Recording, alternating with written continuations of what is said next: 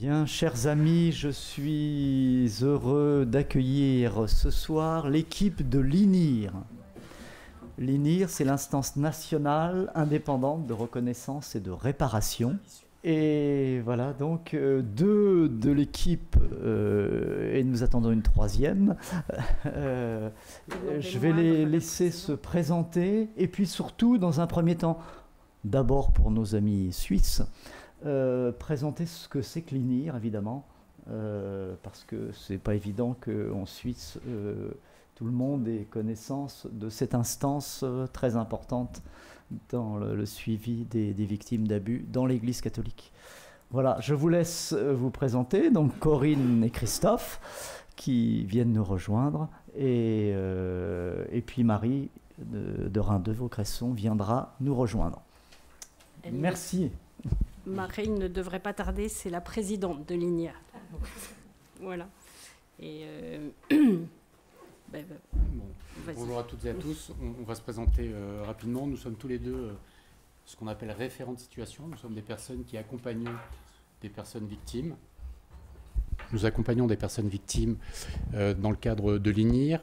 Très synthétiquement, l'INIR, c'est une instance qui est issue des recommandations du rapport Sauvé en 2022. Le rapport Sauvé avait émis comme recommandation de créer une instance dédiée à l'accompagnement des personnes victimes. Donc cette instance existe depuis 2022, a une durée de vie éphémère. Elle va disparaître en 2026 et peut-être être prolongée par d'autres dispositifs. On va essayer de vous présenter... alors on avait prévu de vous présenter l'historique de l'INIR. Ça c'est Marie de Vaucresson qui le fera quand elle arrivera. Donc il y aura peut-être un petit retour en arrière. Nous, ce que nous aimerions vous présenter, Corinne et moi, c'est la démarche proprement dite. Comment l'envisage-t-on? Qu'est-ce que nous faisons concrètement avec les personnes victimes? Et on va essayer de vous la présenter à la fois à travers le cadre théorique qui accompagne cette démarche, et également la démarche proprement dite. On va essayer de vous la baliser étape par étape. Tu veux dire quelques mots, Corinne? Oui, alors on improvise un peu puisque effectivement, a priori, on devait vous faire une présentation dans un ordre chronologique, l'histoire de l'instance, et bien on va faire un peu d'improvisation et on va commencer par ce qui était prévu au milieu. Voilà. Donc, pour vous rappeler ou vous dire ce qu'est l'instance et à qui elle est destinée, qui peut saisir cette instance? Ce sont des personnes qui sont victimes de pédocriminalité par soit un prêtre diocésain ou un laïc, mais qui dépend du diocèse, qui est sous la responsabilité du diocèse. Et il faut que cette personne ait été victime de ces violences sexuelles alors qu'elle était mineure. Voilà. Il y a une autre instance qui s'occupe... enfin non, pas qui s'occupe des personnes victimes lorsqu'elles sont... enfin, pendant leur majorité, c'est autre chose. Voilà. Donc... Alors, il y a un petit distinguo, juste pour compléter ce que dit Corinne, il y a un petit distinguo en France entre l'INIR proprement dit, donc qui s'occupe de personnes qui ont subi des violences dans le cadre de l'Église, par des personnes laïques ou des responsables diocésains ou des prêtres dans ce cadre-là, en opposition ou en comparaison avec les congrégations religieuses. Il y a beaucoup de congrégations religieuses ici en France, et il y a une entité, une institution à part entière qui s'occupe des violences dans le cadre des congrégations religieuses. Antoine Garapon est venu... D'accord. Bon, donc la CRR, voilà. Non, là où je faisais le petit correctif, c'est que les personnes victimes de prêtres diocésains alors qu'elles sont majeures, ça, on ne... Eh ben, voilà. On va reprendre le cours des choses initialement prévues. Je suis désolée. J'ai bien vécu une aventure inédite, une de plus. Bloquée pendant un quart d'heure dans le métro entre deux stations. On nous annonçait 1 heure avant d'être débouté. Je m'en sors bien. Vous n'êtes pas claustrophobe? Alors, je prends des lunettes quand même. Non, mais j'étais un peu agacée de... Sans blague. J'ai à peu près le temps qu'il fallait. Donc vous avez compris, il s'agit de Marie-Dorine Vaucresson, qui est la présidente de l'INIR et qui va reprendre l'ordre logique de l'exposé, voilà, en vous rappelant les prémices de l'INIR et faire une chronologie et un historique de l'instance. Vous avez parlé de quoi? On a juste dit INIR et puis qui peut nous saisir. Donc on peut reprendre dès le début. Bon, est-ce que tu veux que je fasse défiler? Ah oui, aussi. En particulier pour ceux qui sont en ligne peut-être. Vraiment, cela dit, je vous ai raconté l'histoire, mais je vous prie de m'excuser. Peut-être se représenter, parce qu'en fait, même Corinne et Christophe ne l'ont pas fait, ce serait quand même bien. Donc Marie, quand même. Voilà. Un peu, oui. Un peu. On le refera tous les deux quand on arrivera à notre partie. Quand vous prendrez la parole. Voilà. D'accord. Bien.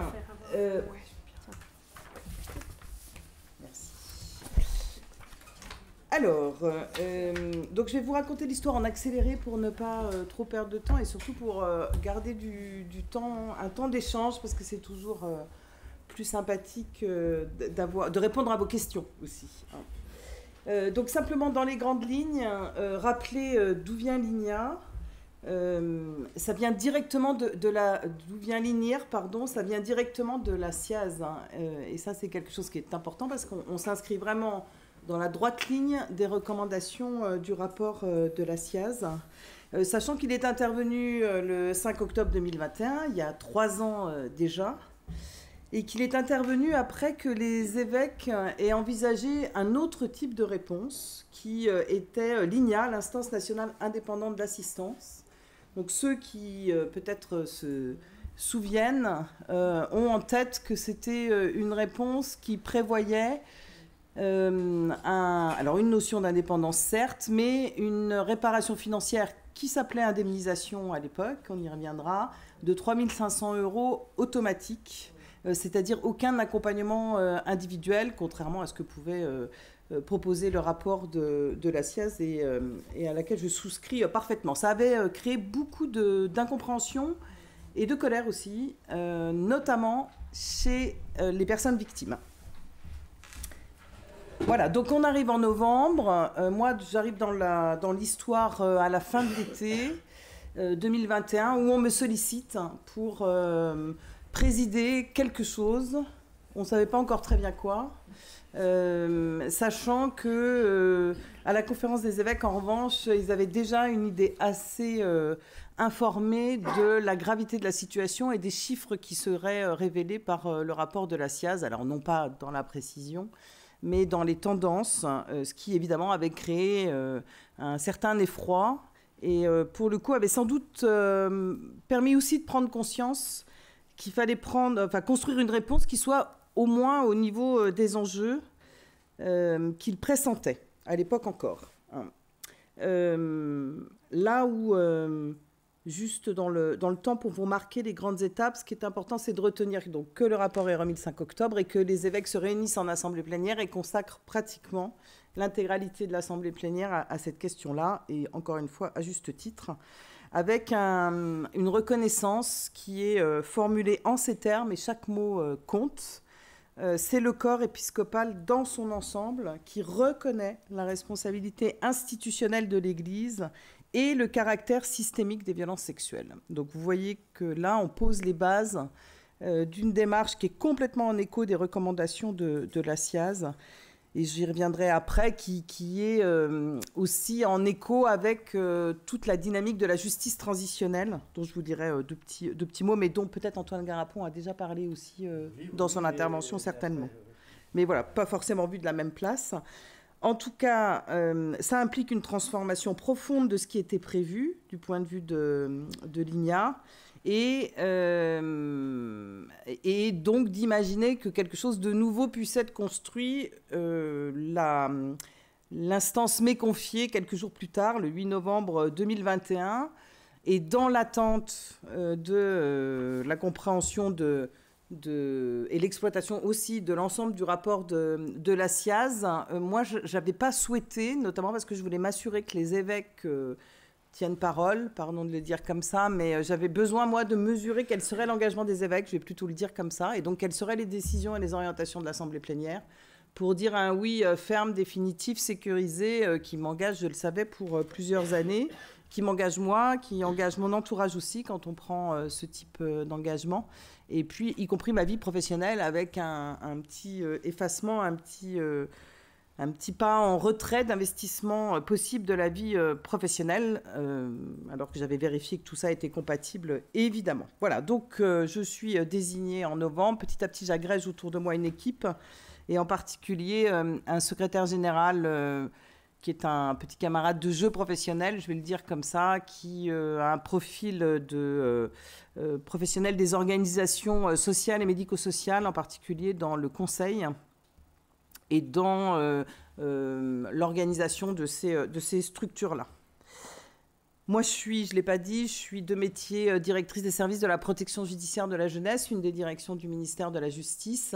Et j'ai passé plusieurs années en service. Évidemment, on fait toujours ses armes dans des directions de service, d'éducateurs, de psychologues, de psychiatres, d'assistants sociaux. La protection judiciaire de la jeunesse, elle intervient sur décision de juges. Donc mon univers, c'est vraiment le champ de la justice et le champ du social et du médico-social, mais aussi des droits fondamentaux, puisque j'ai été défenseur des enfants, notamment. Et puis après, j'ai travaillé dans différentes instances et je suis aujourd'hui à l'inspection générale de la justice. Donc juriste spécialisé de la protection de l'enfance et je reconnais un de mes professeurs dans la salle. Je vais être très impressionnée. Attends, je suis ravie de vous retrouver, vraiment. Et donc, mon univers, voilà, ce sont les droits fondamentaux, la justice des mineurs et la protection de l'enfance, pour vous donner un petit résumé. Donc, c'est aussi dans ces univers-là, fort de mes expériences professionnelles, que je suis allée chercher des personnes, d'abord bénévoles, pour agréger une équipe qui pense la démarche. Et puis, petit à petit, une fois qu'on a identifié sur quel type de compétences professionnelles nous souhaitions nous appuyer, commencer à recruter des salariés qui, à l'origine, on est monté en puissance très progressivement. Hein, ça a été 2, 4, 6, 8, 12 aujourd'hui. Et des bénévoles de la même manière, avec un collège, donc les décideurs de la réparation financière notamment, mais aussi de toutes les questions de principe à trancher, qui est de 10 bénévoles, lui aussi, et qui... toute l'instance s'est structurée autour de référents. Vous verrez, c'est le cœur de la machine, en vrai, les référents, ceux qui accompagnent les personnes victimes, qui se sont aussi complétés par des bénévoles. Et nous avons aujourd'hui, entre les référents, 20 personnes, donc les personnes qui accompagnent, les personnes qui s'adressent à l'INIR, le collège, 10 personnes. Nous avons encore une dizaine de personnes qui sont des bénévoles qui assurent des fonctions support, on peut dire, alors qui sont autour de l'écriture des lettres de reconnaissance, qui sont autour de projets divers et variés, qui sont autour de tout le système d'information qu'il a fallu monter et qu'il faut entretenir aujourd'hui. Enfin voilà, des tas de petites choses que l'on trouve dans des organisations et qu'il fallait mettre en place à l'INIR comme dans n'importe quelle organisation. Voilà, donc dans les grandes étapes, je vais faire très très vite. On a, après 6 mois, stabilisé une organisation qui reposait donc sur les recrutements salariés d'une secrétaire générale, d'un coordonnateur des référents. Et puis, on peut aller carrément, je vais aller sur l'organisation directement. Merci beaucoup, Corinne. Et donc, on a continué de monter en puissance. Simplement vous donner quelques indications chiffrées qui ne sont pas tout à fait anodines. C'est que nous avons eu 1000 premières demandes entre... alors, janvier, c'était un petit frémissement puisqu'on n'avait pas encore ouvert la possibilité de nous rejoindre et nous ne nous étions pas encore adressés aux évêques pour leur dire, s'il vous plaît, ressollicitez toutes les personnes dont vous avez connaissance qu'elles ont subi des violences sexuelles. Proposez-leur de s'adresser à l'INIR, et on avait fait une petite lettre type et un petit descriptif de nos modalités d'intervention. Donc ce qui s'est fait en prévenant qu'elle pouvait s'adresser à nous dès maintenant, mais que l'accompagnement ne démarrerait qu'en mars. Petite erreur stratégique, mais on va faire de lecture a posteriori de ce qu'on a fait. En tout cas, nous avons eu, je vous disais, 1000 premières demandes, c'est 1500 tourons aujourd'hui. Hein. Entre janvier, petit frémissement, je vous disais, beaucoup plus intensément à partir de mars. Pourquoi? Parce que nous avons fait une communication grand public dans les médias, notamment avec le support des médias, et le 30 septembre de l'année. Donc ça veut dire 6 mois, pile poil, pardon, avec 1000 demandes. 2022, j'ai dit quoi? Autre chose. Non, j'ai pas dit. Oui, les 6 premiers mois en fait de fonctionnement de l'instance. Et puis après, les choses se sont ralenties dans les sollicitations. Je vous disais aujourd'hui 1500. Pour être tout de suite sur des chiffres, même si on y revient à la fin, mais ça permettra de le dire là. Ça vous donne un petit peu l'ampleur hein, de tout le travail qui est accompli. C'est aujourd'hui plus de 1000 personnes qui sont accompagnées. Donc c'est un chiffre qui ont été ou sont accompagnées. Ça aussi, c'est un chiffre important. Et c'est pratiquement 800 décisions qui ont été prises par le collège. Alors le delta, c'est qu'en fait, on a toujours 200 à 250 personnes qui sont accompagnées au long cours de l'instance. Et puis c'est aussi un certain nombre de personnes qui ne souhaitent pas entrer dans une démarche d'accompagnement. Et je dois dire que c'est une tendance qui est de plus en plus fréquente, mais qui souhaitent pour elles, pour leurs enfants décédés ou pour un parent décédé, que le nom soit inscrit dans la liste des personnes victimes qui se sont adressées à l'INIR. Donc c'est vraiment, je le dis comme ça parce que je crois que c'est vraiment de l'ordre du nom inscrit dans cette histoire des personnes victimes prises en compte par l'INIR et peut-être plus largement par l'Église aussi. C'est-à-dire que ces personnes-là, elles soient connues et reconnues. Voilà, je voudrais juste m'arrêter sur les acteurs du quotidien parce que sont vraiment eux qui font tourner l'instance et pouvoir vous dire que dans les principes, c'est ici que les choses se vivent le plus intensément, dans la relation avec les personnes victimes. D'abord d'un accueil inconditionnel hein, des personnes qui s'adressent à l'instance, même quand strictement elles ne relèvent pas d'une intervention de l'INIR. Je vais le dire comme ça, puis après on en discutera peut-être dans les échanges. Une écoute active et bienveillante. Un partage, vous verrez dans la description de la démarche comment ça se passe avec les personnes victimes de ce qu'elles ont vécu. La rédaction d'un récit qui va être un support à plein d'égards, mais notamment à la décision du collège. La communication de la décision et des informations qu'on recueille, c'est-à-dire de la compréhension de ce qui a pu se passer, de comment ça s'est passé, ça c'est important, puisque vous savez que très souvent, ces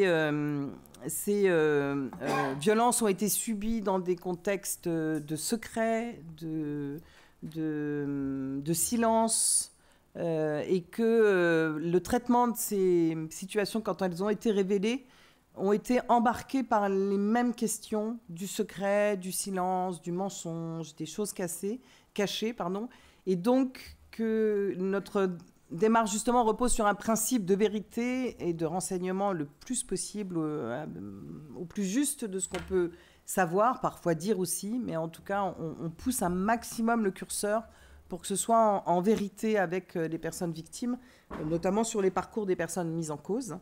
Et puis de ne pas lâcher les personnes en pleine nature, c'est-à-dire si elles ont besoin d'aller plus loin dans l'accompagnement, si elles ont besoin d'avoir des relais, notamment psy, de pouvoir aussi travailler à ces questions-là. Voilà, donc moi j'arrive au principe, je vais faire très vite. Donc voilà, si on doit résumer, c'est vraiment écouter dans un tout premier temps, reconnaître, les référents vous le diront mieux que moi, mais c'est dès le début, c'est-à-dire que les mots-clés qui consistent à établir une situation de confiance, une relation de confiance reposant sur je vous crois, c'est-à-dire vraiment poser le principe du je vous crois qu'on aborde un peu différemment dans le courrier, puisqu'on évoque là le fait que l'on tient pour vrai ce que les personnes nous disent. C'est pas la vérité vraie, mais comme comme dans la vérité judiciaire, hein, c'est jamais tout à fait la vérité vraie, c'est une vérité, simplement on la confirme. Donc les principes reposent sur ce qui était recommandé par le rapport de la SIAZ, très argumenté, mais notamment la mobilisation d'un certain nombre de principes de droit, comme celui de la justice transitionnelle, de la justice restaurative. Rapidement, pour dire aussi que l'enjeu, c'est de remettre la personne au cœur de son histoire, de remettre de l'ordre, dit Isabelle Chartier-Sibène, si vous l'avez déjà entendu intervenir, dans son histoire, dans la compréhension de ce qu'elles ont vécu. C'est d'apaiser les personnes et d'apaiser les relations. Ça, la lettre de mission reçue le 8 novembre 2021 le dit. Clairement, avec cette dimension qui s'inscrit dans plus large que la relation de l'Église avec la personne victime, c'est d'abord apaiser la personne victime, apaiser la relation de la personne victime avec l'Église, et puis aussi de l'Église avec la société tout entière, puisqu'elle a été mise en cause au travers de ce qu'on en a appris. Je vous disais, et je vais l'évoquer très rapidement, mais c'est mobiliser. J'ai apporté des articles que l'on pourra vous faire suivre par mail, enfin un article que j'ai produit à la suite d'une intervention dans une université républicaine, je vais le dire comme ça, qui avait fait la comparaison à Toulon entre la justice républicaine et la justice canonique.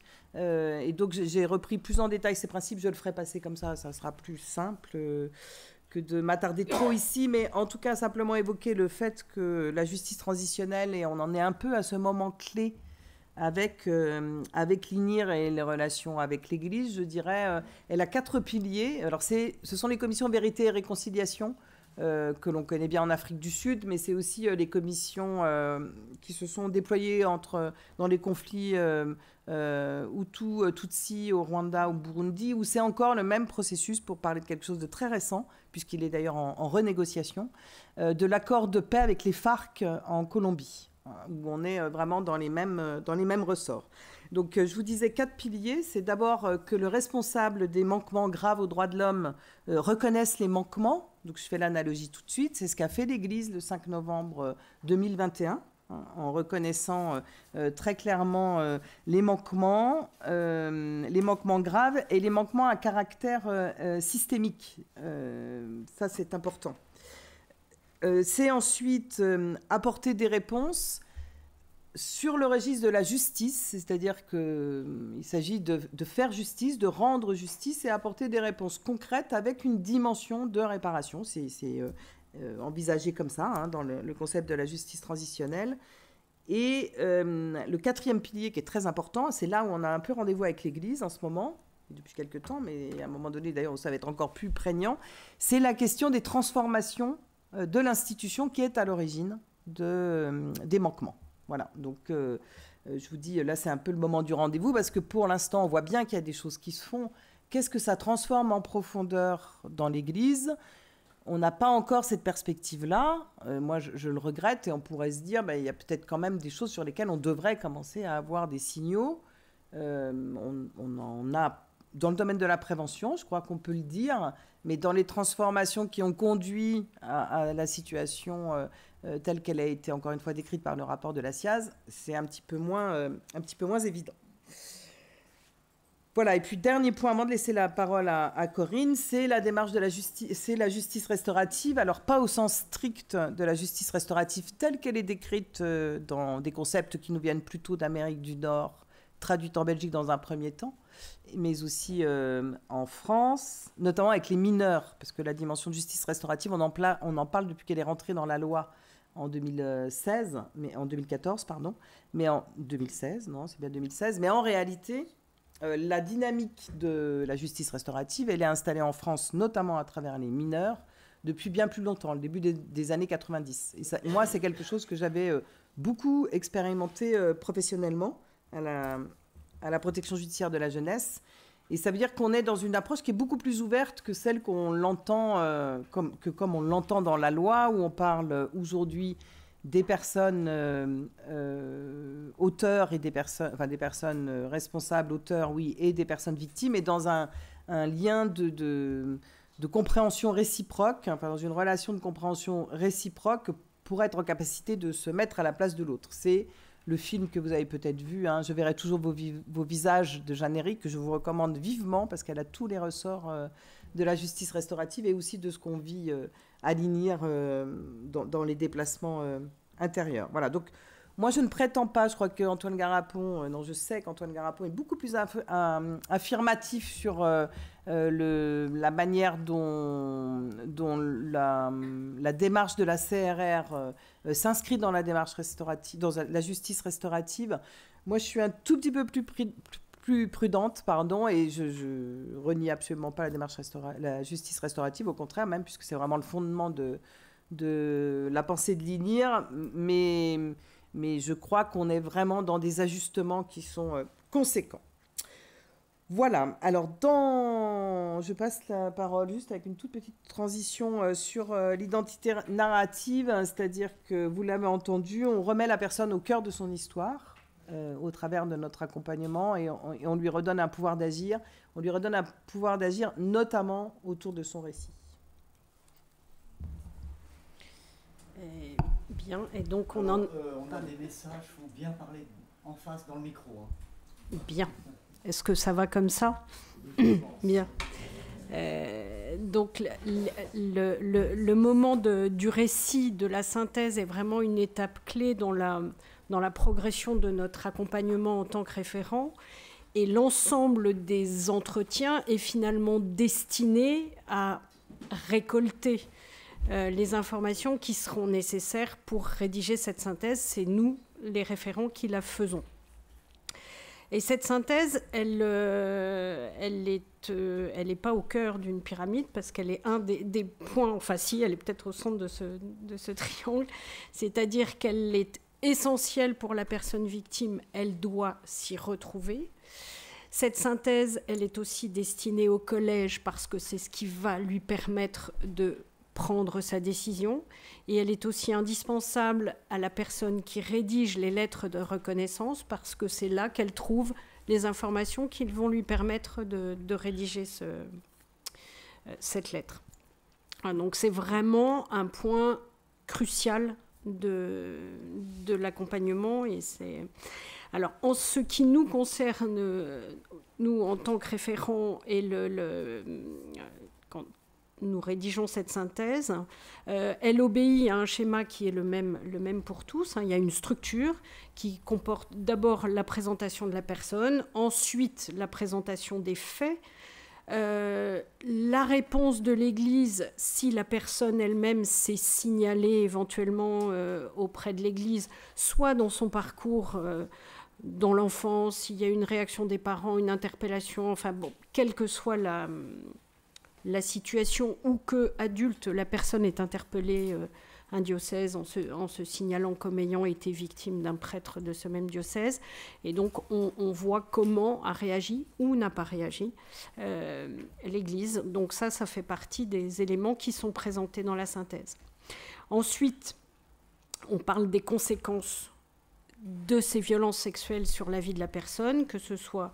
Et donc on passe en revue tout son parcours, à savoir sa scolarité, les répercussions sur son travail, sa profession, les relations sociales, sur les répercussions psychologiques, les répercussions sur sa santé, et Dieu sait si elles sont nombreuses, et les répercussions aussi sur ce qu'on va dire dans un gros mot, la spiritualité, mais les personnes sont atteintes soit dans leur foi, soit sur les manifestations qu'elle peut avoir de sa propre foi, le doute, le refus de l'institution ecclésiale. Pour autant, il y a une foi qui persiste et l'impossibilité de la manifester.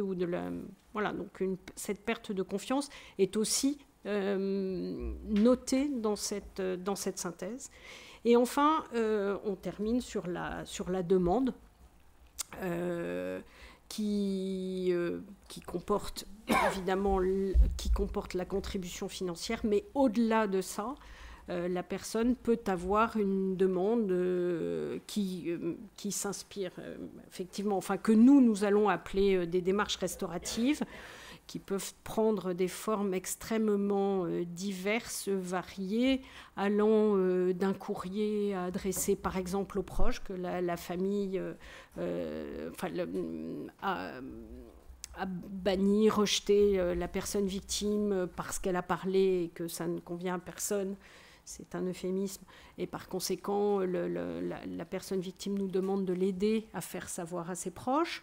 Ça peut être l'organisation d'une rencontre avec un évêque, par exemple. Ça peut être la demande d'un courrier particulier de l'évêque qui reconnaît la spécificité de la violence faite à la personne. Enfin, les démarches, l'organisation de cérémonies particulières, l'organisation de poses de plaques commémorant ou de dépose de plaques, oui. Enfin bon, c'est extrêmement large.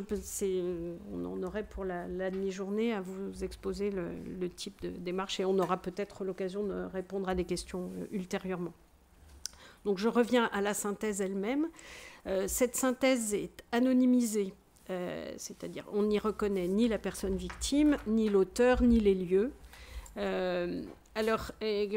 Parmi les référents, il y a ceux qui, et j'en fais partie, qui adressent d'emblée à la personne victime la version anonymisée, mais je prends beaucoup de précautions préalablement pour les informer de ça.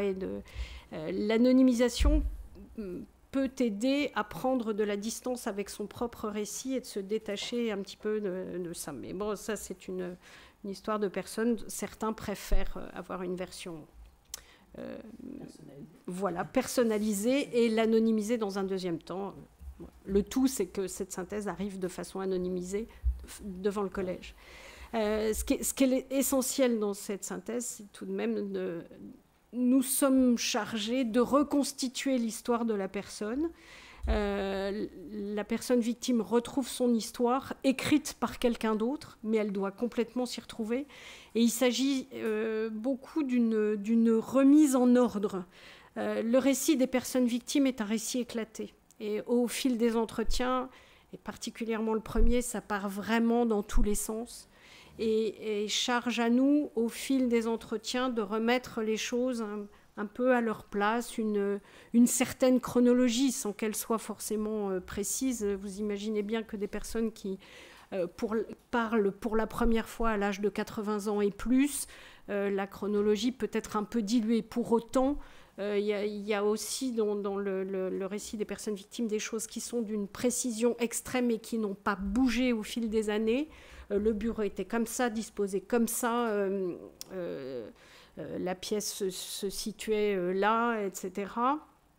Et à la fois, le reste, l'enchaînement des choses est un peu éclaté. Donc, on reconstitue les choses. C'est donc un récit organisé, la synthèse. Organisé, parce qu'il y a le plan, mais organisé dans la présentation des faits et de la vie de la personne.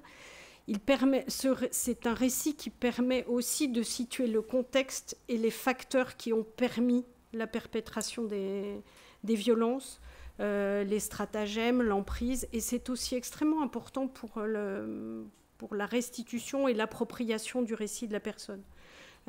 Plutôt que de se dire mais je ne sais pas pourquoi j'y suis allée, pourquoi, de remettre l'ensemble, l'histoire familiale, le fait que le prêtre était reçu à la maison par la famille, etc., où ça se passait, ça permet de reconstituer tout ça.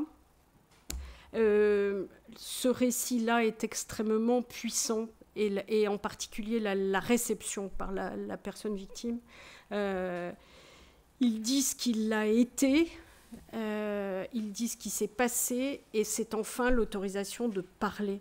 Voilà, c'est la rupture du silence qui a été, auquel la personne a été contrainte pendant tous ces faits-là. Là, enfin, il est possible de dire. Et non seulement il est possible de dire, mais c'est la narration de la personne, et elle est crue. Elle est crue, puisque le récit lui-même, sa matérialité, fait que les choses existent. Hein, elles sont dans le récit.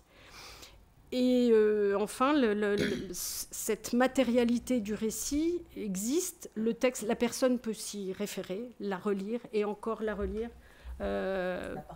La partager aussi, oui, c'est une première étape avant qu'elle ait la lettre de reconnaissance, mais qui est légèrement différente. Là, tous les faits y sont, et oui, c'est ça, c'est vraiment ça, c'est mon histoire, et oui, j'ai subi ça, et c'est écrit là, et elle peut aussi effectivement la montrer à qui elle veut. C'est une confirmation de la réalité, une confirmation de ce qui s'est passé, après des épisodes d'amnésie, et Christophe vous reviendra sur ces aspects-là, l'amnésie, après le doute, après la contestation, après tout ce qui a pu empêcher la personne autour d'elle de parler. Voilà ce qui concerne la synthèse et la puissance du récit. Le psychotrauma appliqué à l'INIR, parce que vous en entendez parler par ailleurs, mais sans doute qu'on vous parle aussi beaucoup de l'INIR, puisque c'est des personnes qui ont travaillé, mais c'est vraiment dans cette approche inirienne, je dirais. Alors effectivement, à l'INIR, nous utilisons la théorie du psychotrauma comme grille de lecture qui nous permet de comprendre et d'accompagner les personnes qui viennent à l'INIR. Je ne vais pas vous faire la théorie du psychotrauma, moi j'en suis pas capable, mais on est tous formés à l'INIR en tant que référent au psychotrauma, c'est-à-dire de pouvoir déceler, voir, comprendre les signes, les symptômes qu'une personne va pouvoir manifester lors d'un entretien avec nous. Des personnes arrivent à des différents états du psychotrauma. Certaines sont par exemple en ce qu'on appelle en levée d'amnésie traumatique, ou d'autres au contraire sont encore en pleine amnésie traumatique. Donc la façon dont les personnes sont reçues à l'INIR va nous permettre en tant que référent de lever un certain nombre de symptômes, de déceler un certain nombre de signes qui vont permettre d'appréhender complètement la personne. C'est pour nous très important parce que très concrètement ça peut nous permettre de déceler et éventuellement de déverrouiller des situations, par exemple, de dissociation.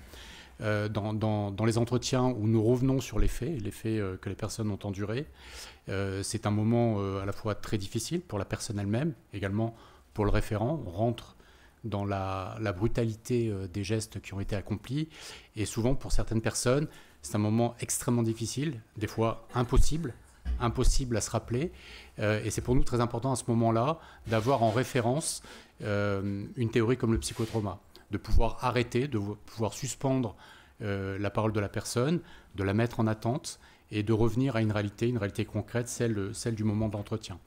Ces allées et venues sont des fois assez fréquents entre le moment où la personne est en train de nous dire les choses, au moment où on les reçoit, et cette réalité concrète qui est la prise de conscience de ce qui s'est passé. Le psychotrauma nous aide en fait à surmonter cette difficulté. Ce que je peux vous dire aussi, c'est que la majorité des personnes qui sont reçues sont à des degrés divers soumises à un psychotrauma. Certaines l'ont peut-être résolu, certaines l'ont peut-être, au moment de la saisie de l'instance, sont peut-être dans une position apaisées, elles ont réussi à résorber les conséquences du psychotrauma. On va les retrouver indirectement pour ces personnes-là dans les conséquences. Des situations d'évitement, des situations de reviviscence, des situations de cauchemar, de difficulté à s'endormir, etc., qui elles aussi sont indirectement les signes du psychotrauma. D'autres personnes, à l'inverse, vont être dans une reviviscence féroce, j'ai envie de dire, du psychotrauma, des événements eux-mêmes. Et au moment où elles vont nous les révéler, surgit à nouveau le traumatisme lui-même. Donc nous avons des formations très régulières au psychotrauma pour apprendre et pour comprendre tous ces signes-là. On a également des formations pour nous auto-observer, pour comprendre nous-mêmes qui sommes soumis à ces révélations qui sont brutales, qui nous impactent psychiquement, à nous aussi. On a plusieurs situations que nous suivons en même temps, et donc c'est important pour nous d'être suivis et donc d'être capable, par auto-observation, de comprendre effectivement quand nous sommes plus tout à fait à la hauteur, quand nous sommes plus tout à fait ajustés.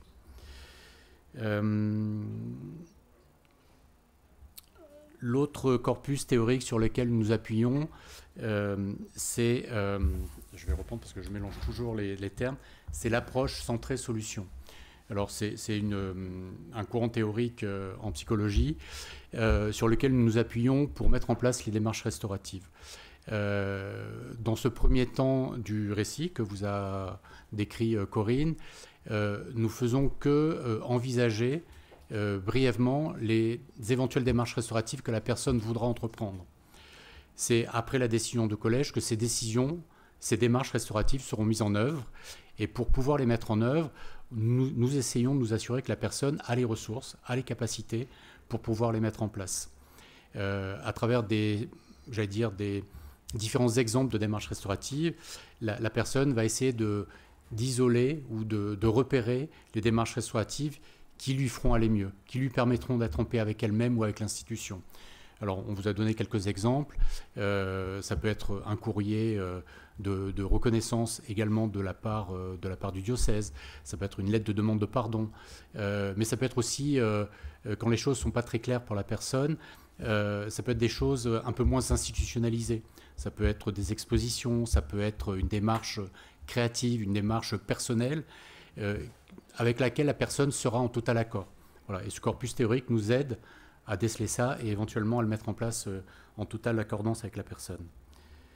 On vous l'a dit tout à l'heure, l'accompagnement à l'INIR est individualisé. Chaque référent est en accompagnement avec une personne. Et je vais vous décrire par la suite la démarche étape par étape, mais à partir du moment où une personne est accompagnée par un référent, jusqu'à la décision du collège, la personne victime est en alliance, en concordance avec la personne référente. Voilà, et par définition, c'est auprès d'elle qu'elle réfère. Il y a ce qu'on appelle en psychologie une alliance, alors qui n'est pas thérapeutique, qui se met en place. Une alliance, c'est-à-dire un accord, une concordance entre la personne et son référent, qui de notre point de vue est primordiale. C'est elle qui permet à un moment la réparation. Il y a ceci de très paradoxal dans cette démarche à l'INIR, qui moi en tant que psychologue me frustre un petit peu, c'est qu'on n'a aucune visée thérapeutique. On n'a pas comme objectif de soigner les personnes. Et malgré tout, il y a des choses à visée thérapeutique qui s'opèrent. Voilà, moi ça m'enchante, ça me transporte de voir qu'effectivement cet accompagnement à un moment va avoir des répercussions positives sur la personne. Alors des fois c'est notre observation, c'est ce qu'on constate nous, mais des fois c'est aussi les personnes qui nous le disent, qui nous remercient d'une façon inouïe, qui nous disent qu'elles vont mieux, voilà, comme j'ai presque envie de dire un coup de baguette magique. C'est vrai pour beaucoup, mais c'est pas vrai pour tout le monde. Donc il y a ceci de très paradoxal où on est là pour accompagner les gens, on essaye effectivement d'être le plus en empathie avec ces personnes-là. Des fois ça fonctionne, c'est-à-dire que les personnes vont avoir un mieux-être, un mieux-vivre à la suite de l'accompagnement, et des fois pas du tout. La première clôture de la démarche se fait au moment de la reconnaissance. La reconnaissance, c'est la décision du collège qui va reconnaître la personne victime en tant que personne victime en reconnaissant les violences qu'elle a subies. Ce moment est un moment très important qui se concrétise très symboliquement par la lettre de reconnaissance et qui va reconnaître à part entière ce que la personne a vécu. C'est un moment très important pour la personne puisqu'elle va effectivement concrétiser la première partie de ce parcours. Okay. Ben voilà, j'arrête là, puis on va parler des étapes après. Oui, on fera très vite pour vraiment garder un vrai temps d'échange sur les étapes. La question de la reconnaissance, elle est importante et elle ne repose pas seulement sur le récit, la compréhension du récit et les conclusions qui sont tirées au niveau de l'INIR. On y reviendra, mais c'est la question de la confirmation de la vraisemblance. Et on s'y arrêtera un petit peu dans le schéma. Juste rappeler que, évidemment, nous sommes dans un état de droit, ça ne vous aura pas échappé. Je dis ça et en même temps, le 49.3 ayant été annoncé, je ne sais pas si on peut le dire vraiment aussi fermement, mais en tout cas, l'INIR est évidemment organise son activité et ses principes dans le respect des principes fondamentaux d'une société démocratique. Ce qui a des conséquences très concrètes, notamment celle de respecter le temps de la justice républicaine et de suspendre notre intervention si jamais une procédure est engagée. Nous avons aussi voulu mettre au cœur de la démarche et puis du fonctionnement de l'instance les personnes victimes elles-mêmes, et nous avons un espace de dialogue structuré entre des personnes victimes et l'instance qui s'appelle le groupe témoin, qui se réunit à peu près toutes les 6 semaines et qui a vocation à ajuster tout autant la démarche individuelle que les relations que l'instance entretient avec les personnes victimes. Alors ça a pu donner lieu à des aménagements de fonctionnement importants, puisque de ces échanges avec ce groupe, nous avons mis en place une permanence téléphonique réservée aux personnes qui s'étaient adressées à l'instance. Nous avons mis en place une lettre d'information qui est réservée aux personnes. C'est vraiment dans la question du lien avec les personnes, du lien privilégié avec les personnes victimes, et on les sollicite pour des articles, pour des thèmes. Enfin voilà, on essaye au maximum de trouver des espaces de coopération et de remobilisation aussi du pouvoir d'agir. Hein. Vous voyez, je suis un petit peu obsessionnelle, vous allez dire. Et puis, c'est aussi comme ça qu'est née l'idée d'avoir des rendez-vous de l'INIR réservés aux personnes victimes. Il y a une première soirée autour de la compréhension de ce qui se passe dans un cerveau par la grille de lecture du psychotrauma. Avec voilà, tout ce qu'on connaît des évolutions de l'imagerie médicale qui permet de le comprendre aujourd'hui, enfin depuis quelques années. Mais c'est aussi l'aménagement du nouveau site internet que je vous recommande vivement, qui a été construit avec des personnes victimes par rapport à leurs attentes. Et notamment, cette petite surprise, c'est anecdotique, mais de s'entendre dire qu'aujourd'hui, tout le monde regarde Internet par son smartphone en priorité, et du coup de choisir un site qui soit mobile first, comme disent les gens de la profession. Mais ça, c'est né de personnes qui avaient plus de 60 ans, hein, toutes plus de 60 ans. C'est pas, voilà, c'était pas une lubie des petits jeunes, des jeunes geeks, dirait-on. Alors, qui peut saisir l'INIR ? C'est toute personne qui a été victime de pédocriminalité par un prêtre diocésain. Ah, vous l'avez déjà présenté ? Oui, ah ben alors, voilà. Alors tant mieux. Et comme ça, on va pouvoir passer aux différentes étapes.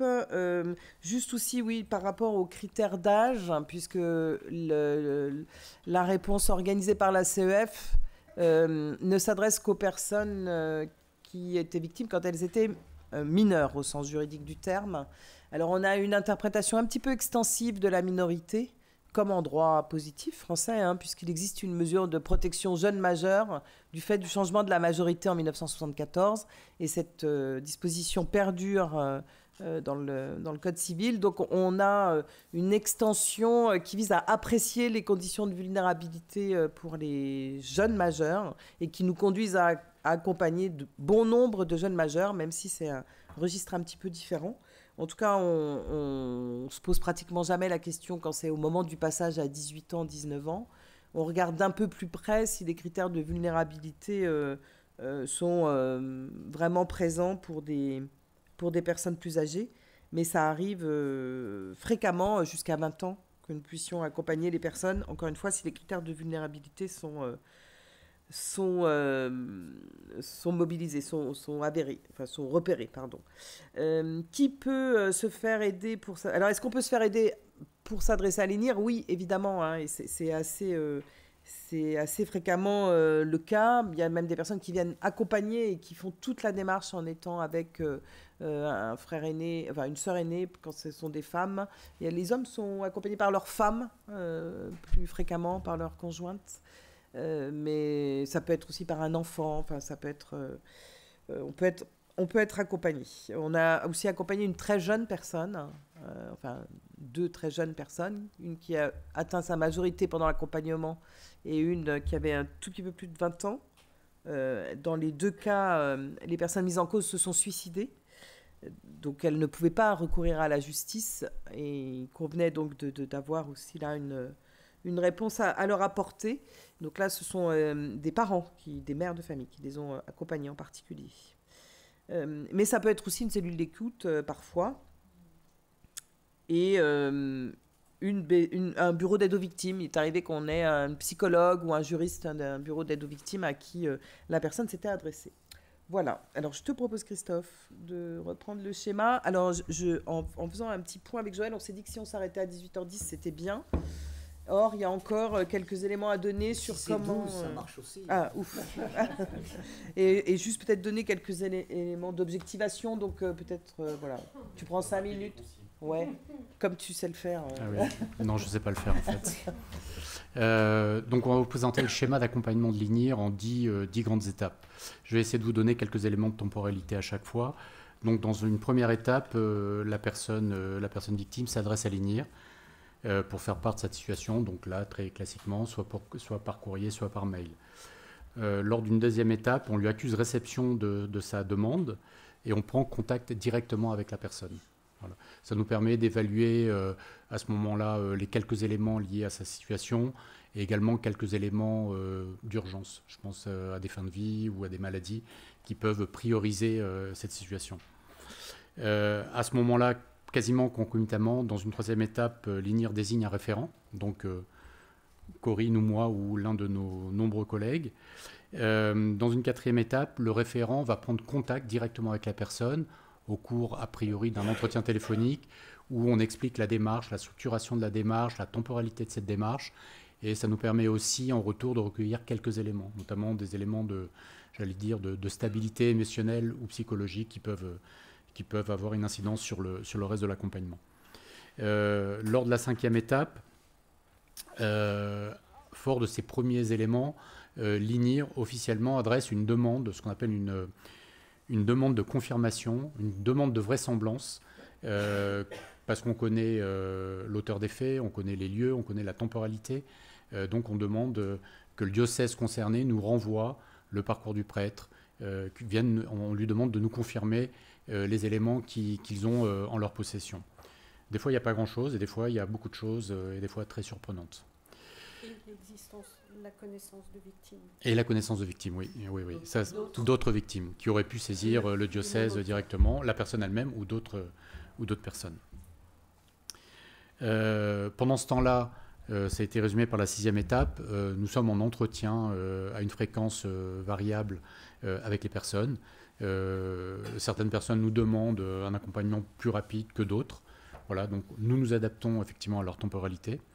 Donc c'est un certain nombre d'entretiens qui peuvent se faire en présentiel à l'INIR, on reçoit les personnes, ou en visio parce que les personnes ne peuvent pas se déplacer, ou par téléphone parce que les personnes le souhaitent. Il est arrivé d'avoir accompagné des personnes sans que nous les ayons jamais vues.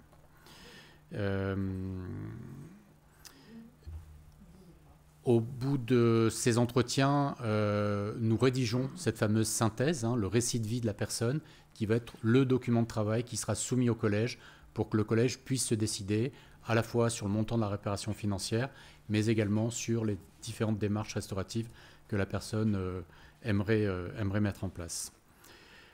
C'était la 8e étape. Donc le collège se réunit, arrête la forme de reconnaissance et de réparation.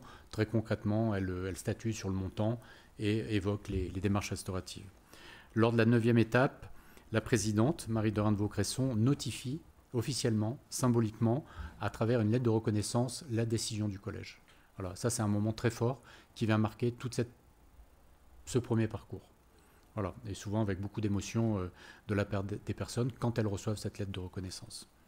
Et beaucoup de gratitude, puisqu'on a pas mal de retours qui arrivent à ce moment-là de la part des personnes victimes qui disent ce que ça a produit et notamment l'importance de la qualité relationnelle avec le référent. Ils ne l'entendent pas forcément directement, quoiqu'il y a quand même pas mal de personnes qui vous écrivent des choses. Hein. Mais moi, à chaque fois, j'ai droit à des retours sur la qualité de l'accompagnement et ça me satisfait beaucoup, évidemment. C'est la meilleure des gratifications pour nous. Et la 10e étape, c'est la mise en place des démarches restauratives proprement dites. Donc il y a encore un temps qui s'ouvre, qui est difficilement quantifiable, qui peut être de quelques jours, quelques semaines, et des fois plusieurs mois, parce que les démarches sont à la fois complexes, des fois elles sont compliquées pour les personnes elles-mêmes, elles ne sont pas très sûres de vouloir les mettre en œuvre, ou il y a des difficultés qui sont inhérentes à la mise en place de ces démarches. Voilà. Merci, quelle efficacité. Je voudrais faire un petit arrêt sur image sur la question de la réparation financière, qui, je ne vais pas reprendre toute l'histoire, comment on en est arrivé à 60 000 euros comme plafond. C'est quelque chose qui est commun avec la commission reconnaissance et réparation. C'est quelque chose qui peut sembler beaucoup au regard de certaines décisions judiciaires et en même temps qui correspond à très très peu quand une vie a été ravagée pour certaines personnes. En tout cas, ce qui était important, et ça c'était écrit dans le rapport de la SIAZ, et on a beaucoup discuté avec Antoine Garapon quand on a structuré nos instances, c'était le caractère consistant de la somme néanmoins. Hein. Et 60 000 euros, ça commence à être consistant quand on regarde les barèmes dans la justice pénale en France. On est déjà dans une fourchette haute. Alors c'est de moins en moins le cas parce que les tribunaux révisent un peu leur appréciation. Et j'allais dire c'est tant mieux, mais au débarrage, quand moi je discutais avec mes collègues du monde de la justice, les gens disaient mais il y a des tas de gens qui n'auront jamais autant ou qui n'auraient jamais eu autant s'ils s'étaient adressés à la justice. Bon, voilà. En tout cas, ce qui nous a semblé très important à l'INIR, c'était de pouvoir avoir des critères d'objectivation, d'appréciation de la gravité des situations qui nous étaient présentés. C'est-à-dire qu'il ne s'agit pas de vaguement se faire une idée au doigt mouillé, à l'âge du capitaine ou au sens du vent, pour apprécier le niveau de réparation financière. Donc c'est comme ça qu'on a construit un système au collège qui repose sur 3 axes. L'appréciation de la gravité des faits, des violences sexuelles elles-mêmes, donc des faits.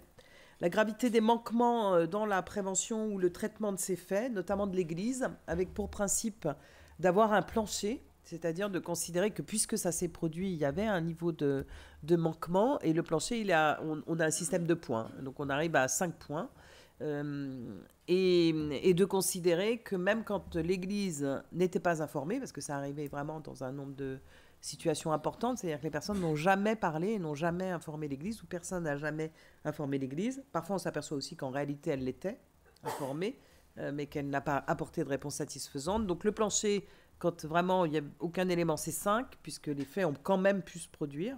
Donc ça révèle des manquements, mais ça peut monter jusqu'à 10 avec des choses du type... Je le dis quand même parce que le quand même est de trop. Il y a vraiment des éléments qui sont très perturbants sur la nature des réponses à certains moments, c'est-à-dire des enfants qui ont été changés d'école parce que ils s'étaient plaints, parce que leur famille s'était plainte, des enfants, des parents qui, je pense à et pardon si vous m'avez déjà entendu le dire, mais un père de famille qui était jardinier dans un séminaire.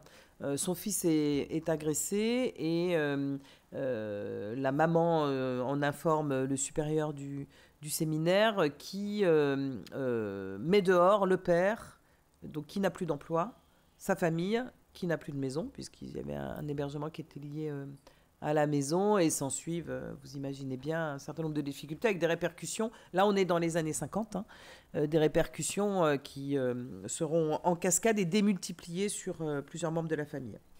Et puis là, le 3e axe, c'est la gravité des conséquences dans la vie de la personne, et c'est au fond le plus important, je dirais. En tout cas, c'est celui qui pèse beaucoup. C'est-à-dire de pouvoir apprécier par 4 dimensions quelles ont été les conséquences dans la vie de la personne. Alors, on ne l'a pas choisi par hasard, hein. C'est à la faveur des connaissances par les membres du collège, dans le champ de la psychologie, dans le champ du social, du médico-social, au travers d'une avocate qui participe, qui est membre de la commission, des magistrats, de pouvoir identifier quels sont les 4 domaines les plus impactés, que sont la vie scolaire et la vie professionnelle, la vie relationnelle, la dimension relationnelle, familiale, amicale, conjugale, les conséquences somatiques et les conséquences psychologiques. Alors tout ça, on ne l'apprécie pas avec des expertises, mais on l'apprécie... Alors parfois, hein, il y a des tas de documents qui nous sont fournis, mais on n'a pas besoin de ça. On l'apprécie à partir du récit et à partir des symptômes et de ce que retiennent et observent les référents. Voilà, on a déjà pas mal parlé des reconnaissances et des réparations, donc je vais pas insister à ce stade. Si je devais dire 2 choses, c'est que l'instance est une instance nationale. Ça veut dire qu'on a des enjeux parfois d'accompagnement en proximité au regard de l'ensemble des personnes qui s'adressent à l'INIR, avec des réponses qui ne sont pas faciles à mobiliser, à la fois dans le droit commun, mais ça nous arrive, secours catholique, secours populaire, CCAS, petits frères des pauvres, selon les profils des personnes, mais on en est là avec vraiment des besoins importants de soutien de proximité pour des démarches d'aide sociale. Parmi les premières demandes, on avait par exemple des personnes qui étaient totalement désocialisées, qui vivaient dans une caravane avec plus aucune ressource, dans une voiture avec des droits sociaux à réactiver. Donc évidemment, gérer ça depuis une instance comme la nôtre, qui n'est pas là prioritairement, puis qui ne sait pas forcément le bien le faire, c'est important qu'on puisse s'appuyer sur d'autres réseaux. Et puis au travers des demandes de démarches restauratives, il y a pas mal d'attentes autour de formes de resocialisation et de liens qui peuvent passer notamment par les attentes dans le champ spirituel, de réintégration par exemple dans une communauté chrétienne. Voilà, par exemple, il y a des tas de demandes, mais ça fait partie d'attentes qui sont clairement exprimées et qui peuvent nous conduire à remobiliser des cellules d'écoute, des diocèses par telle ou telle voie. Et pour l'instant, ce n'est pas encore très structuré du côté des réponses, et puis c'est surtout très variable selon les diocèses. Et puis, une autre chose sur laquelle je voudrais juste un tout petit peu insister à ce moment-là, c'est l'enjeu à éviter absolument le surtrauma ou la réactivation. Ça a été évoqué par Christophe, mais de dire qu'à chaque fois qu'on peut éviter de faire raconter l'histoire, parce que ça a été raconté à la SIAZ, parce que ça a été raconté à la cellule d'écoute, parce que ça a été raconté à un policier qui a pris une déposition et que nous, on peut avoir accès à ces documents-là, notamment parce que la personne les fournit, on ne va pas insister sur cette dimension-là. C'est pourquoi je vous disais, ce sont les conséquences qui, au fond, vont avoir le plus de poids. Voilà, alors je vous laisse quelques chiffres. C'est pas le plus important, c'est vraiment la démarche qui est la plus importante. Comme ça, on a suffisamment de temps, peut-être pas, mais on a plus de temps pour aborder les questions. Merci beaucoup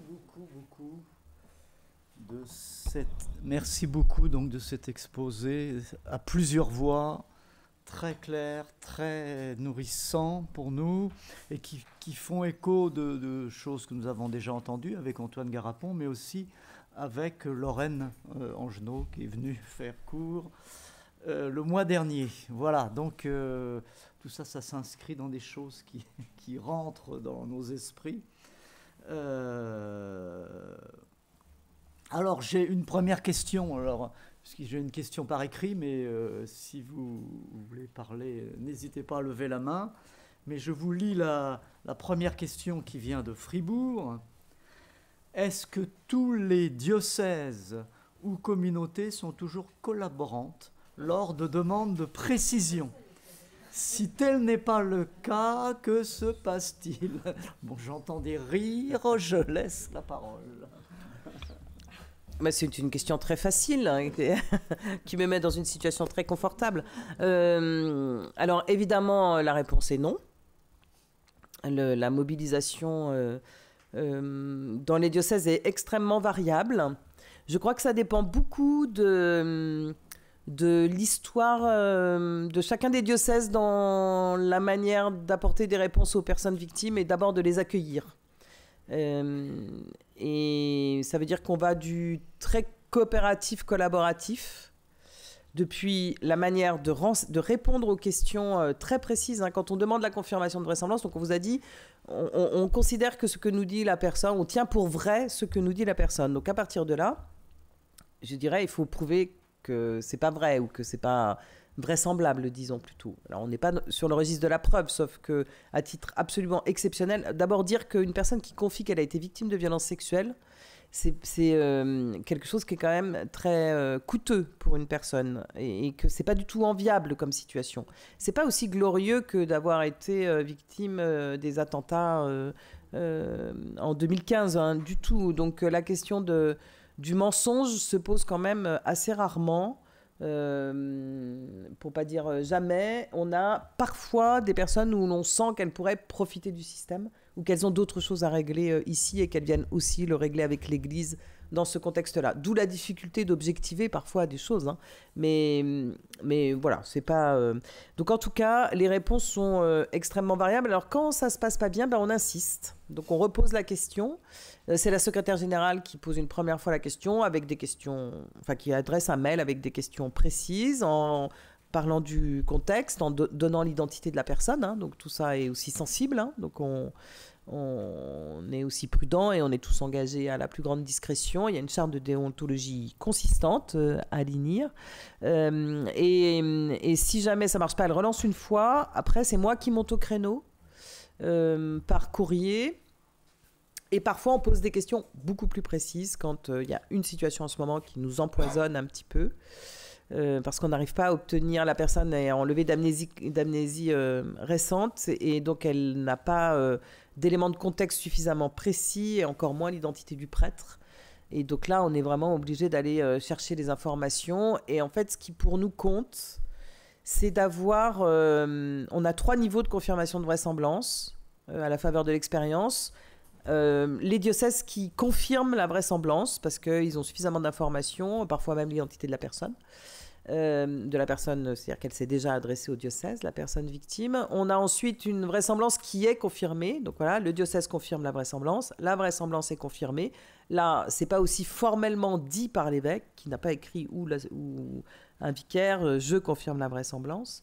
Donc la vraisemblance est confirmée. Et puis nous, après, il y a notre part de responsabilité, le 3e niveau, qui est de dire avec ce que l'on a comme information, de la part du diocèse, et de la part de la personne victime, il y a un faisceau d'indices concordants, on ne va pas très loin, hein, on emprunte vraiment au monde judiciaire pour conclure à la vraisemblance. Voilà.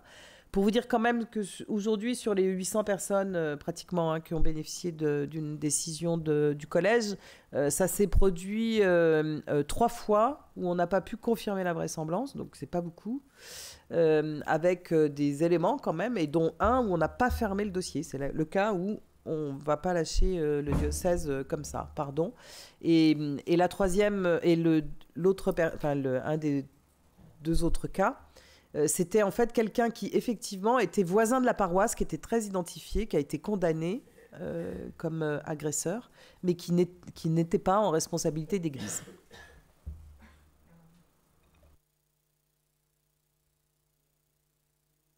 Est-ce qu'il y a des questions là dans la salle? Oui. Est-ce que vous savez d'où viennent les appels, ceux qui sont en visio comme ça? Est-ce que vous avez pu faire une carte de France où il y a des lieux plutôt? Et est-ce qu'avec les dom-toms, c'est vous qui vous occupez aussi des... Alors, je redis peut-être la question pour nos amis loin. Est-ce que voilà, vous avez repéré d'où viennent les appels, de quelle région? Et est-ce que les dom-toms sont comprises voilà. Les territoires sont compris. C'est une question très intéressante. Chaque année, on édite une cartographie des origines géographiques par 2 entrées, là où vivent les personnes aujourd'hui et là où elles ont été victimes des violences sexuelles. Bon, je le tiens à disposition des évêques qui souhaitent avoir l'information. Il y en a hein, qui ils savent et ils peuvent la demander. Mais c'est à manipuler avec énormément de précautions parce qu'en réalité, ça dépend beaucoup de la communication que les diocèses ont pu faire pour appeler les personnes à témoigner. Et ça, très vite, en fait, on s'est aperçu, pas trop la première année, mais la 2e année, qu'il y avait un vrai corollaire entre les diocèses qui avaient beaucoup investi la question, une vraie corrélation, pardon, entre les personnes qui avaient beaucoup investi la question et les personnes qui s'adressaient à l'INIR. Et en fait, on a observé que, notamment, et c'était logique dans les premiers temps, c'était des évêques qui avaient écrit rapidement aux personnes victimes dont ils avaient connaissance pour les inciter à saisir l'INIR. Donc, de fait, c'est tronqué un petit peu ces chiffres-là.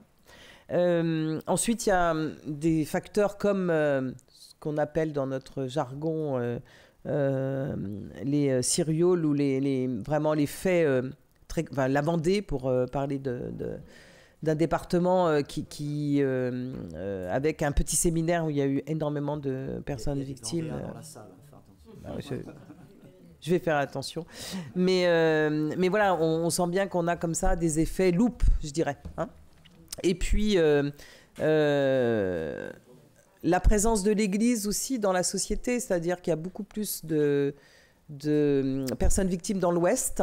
Et c'est intéressant parce qu'il y a plein de choses qui se passent en termes, y compris de provinces ecclésiastiques, de réponses organisées et d'accueil organisé par la province ecclésiastique, qui a reçu par exemple un collectif né de personnes accompagnées de la CRR et de l'INIR qui ont souhaité faire une association qui s'appelle Ampaseo, mais vous allez peut-être en entendre parler par d'autres voix, et qui ont, dans la volonté de faire avancer la prévention, ont souhaité rencontrer les évêques des 9 diocèses et l'ont proposé dans un échange. Enfin, ils avaient envie de faire quelque chose sur ce registre et l'archevêque de Rennes a dit, bah tiens, je vais réunir tous les évêques à telle date, peut-être que vous pourriez être là. Et donc voilà, c'est engagé comme ça une réflexion et un travail.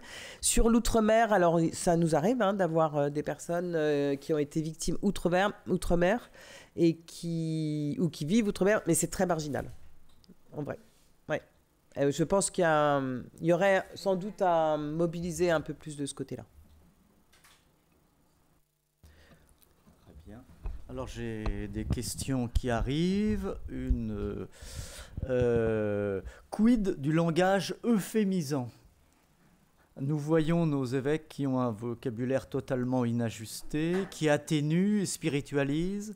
Le récit corrige-t-il certains de ces langages? Un abus sexuel sur mineur, est-ce une faille ou un crime? Voilà, etc. etc. Bah, moi, je ne sais pas si cette question s'adresse à nous. Comment vous pratiquez les référents? On nomme les choses. On nomme les choses de façon très directe, quand c'est possible. La plupart des cas, on essaye de le faire. Je ne vais pas reprendre là le mot d'ordre qu'il y a, par exemple, dans le cinéma. Un viol est un viol. Voilà, on nomme les choses le plus précisément possible. Quand ce n'est pas possible, on essaye de le faire de façon indirecte, par des questions fermées. Nous posons des questions. Avez-vous subi telle chose? Avez-vous subi telle autre chose? La personne répond par oui ou par non. Mais oui, on est obligé à un moment de dire les choses. Alors ça, c'est à la fois dans la structuration de la démarche, pour qualifier et caractériser les violences, mais également, on s'aperçoit que ça a un effet réparateur, ça serait peut-être un peu exagéré de le dire comme ça, mais le fait de... Beaucoup de personnes, par exemple, nous disent qu'elles n'avaient pas conscience de ce qu'on leur faisait. Voilà. Cette absence de mots pour les choses qu'elles ont subies a été peut-être des fois pire que tout. Voilà. Et donc, à un moment, même tardif, de pouvoir réconcilier le mot et la chose, de notre point de vue, est très réparateur pour les personnes. Donc oui, on dit les choses, il n'y a pas d'euphémisme. Et on les écrit dans le récit, oui. Et on les écrit dans la lettre aussi. Et puis, dans la manière de s'adresser à nos interlocuteurs dans le diocèse, que ce soit l'évêque ou d'autres personnes, de la même manière, on nomme on nomme précisément les choses. Moi, ça m'est arrivé à plusieurs reprises quand je leur parle au moins une fois par an, aux évêques, alors à différents niveaux, mais à l'assemblée plénière, donc à tous, où par exemple, on peut reprendre des choses, notamment sur le côté euphémisant et spiritualisant. Et ça, c'est quelque chose qu'on s'interdit complètement à l'INIR, ce registre-là. Évidemment, j'allais dire. Et juste pour vous dire aussi, à tel point que, par exemple, les conséquences dans la vie spirituelle, on ne l'avait pas envisagé. Et je dis souvent comment c'est né, parce que c'est intéressant.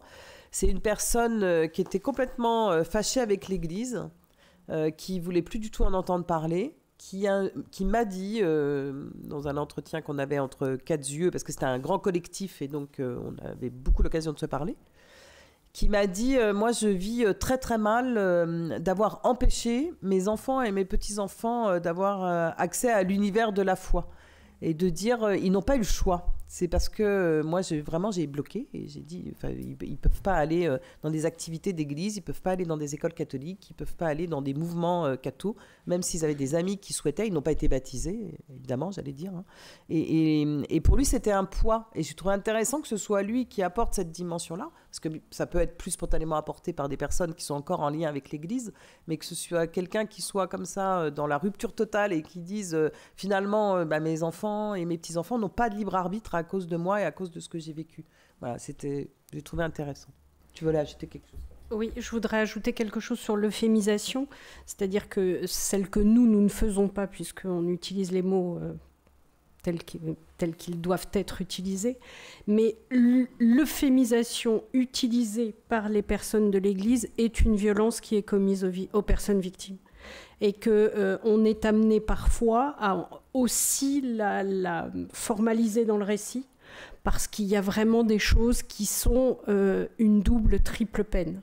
Et parfois, je ne développerai pas trop, mais dans certaines confirmations de vraisemblance, on peut avoir des termes où, quand les personnes sont reçues dans les cellules d'écoute, ces mots, alors que d'aucuns diraient malheureux, mais cette euphémisation est vraiment une grande violence et on est amené à y revenir et à la dénoncer parfois dans la synthèse, comme une violence supplémentaire faite à la personne.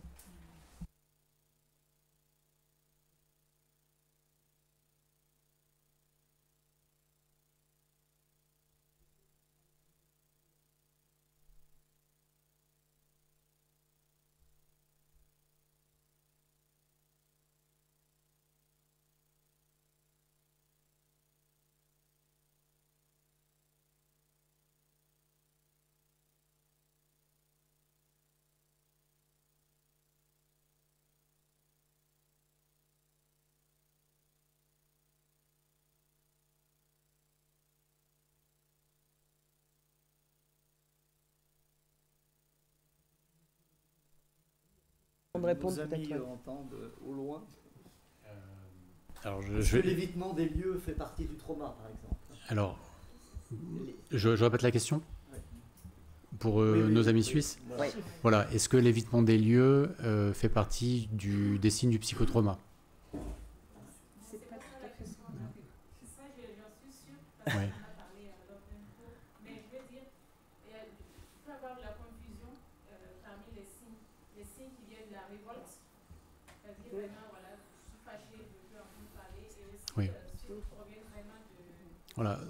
Votre question, est-ce qu'on fait le distinguo entre ce qui est de l'ordre de la révolte et de ce qui est l'ordre du psychotrauma? Moi, je réponds pour moi. Non, on ne fait pas trop ce distinguo-là.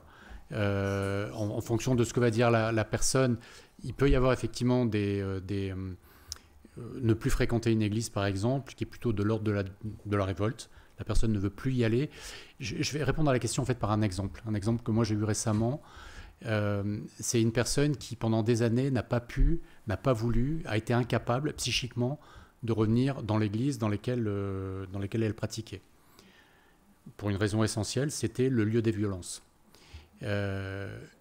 Paradoxalement ou complémentairement, cette personne a exprimé le souhait de revenir dans cette église.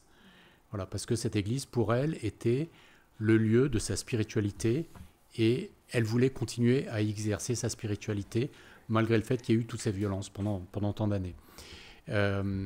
Donc il y a eu, moi je pense, peut-être deux mouvements dans ce qu'elle exprimait. Quelque chose de l'ordre du psychotrauma, ne plus revenir dans le lieu des violences parce que c'était insupportable pour elle. Sa révolte à rebours a été de pouvoir revenir finalement dans l'église. Voilà. Et on est en train de travailler avec elle pour qu'elle puisse accéder librement dans cette église. Donc pour essayer de répondre à votre question, oui, il y a des choses qui sont de l'ordre purement du psychotrauma, d'autres qui le sont un peu moins, et des fois un peu les deux, qui sont aussi de l'ordre de la révolte. Et parfois la révolte, on déborde un peu, mais on le vit beaucoup à l'INIR. C'est-à-dire que la révolte, elle est souvent très présente, et parfois par l'expression de colère mal dirigée aussi, hein, contre nous, notamment l'INIR, contre Les référents, pas trop, je pense, mais enfin, quoique, oui. J'ai parlé avec une dame aussi, que tu connais bien, Corinne, je sais que tu en as reçu aussi beaucoup. On travaille avec ça, et ça fait partie vraiment à part entière enfin, c'est vraiment quelque chose à prendre en compte pleinement. Pourquoi aussi? Alors, je dis on déborde, mais vous voyez bien que l'approche de l'INIR est très pluridisciplinaire et interdisciplinaire, et on ne peut pas faire comme si les matières ne s'entrecroisaient pas. Moi, j'ai appris énormément depuis que je suis à l'INIR, et notamment parmi les choses que j'ai appris avec les psychologues, dont Lorraine Angenot, qui a travaillé pendant 18 mois comme salariée à l'INIR, et puis avant qui était membre du collège, que parfois la colère, c'est ce qui permet de rester debout, et qu'il ne faut pas trop chercher à l'apaiser, parce que c'est vraiment la colonne de la personne qui s'adresse à nous à un moment donné dans un tout petit temps donné en plus. Même pour compléter un peu cette réponse, nous éprouvons, nous, en tant que référents, des fois la même colère que les personnes. Voilà. Alors, on ne cherche pas à l'entretenir, bien sûr, mais elle est pour nous, en tant que référent, elle est mobilisatrice. Elle nous met un peu en action à l'égard des personnes victimes, et on essaye de leur communiquer cette dynamique. C'est-à-dire que la colère, elle est stérile si elle débouche sur rien, mais par contre, elle est productive si elle permet d'aborder une démarche, elle permet de se restaurer, elle permet d'avancer. Donc voilà, elle est souvent mobilisée pour être mobilisatrice pour les personnes.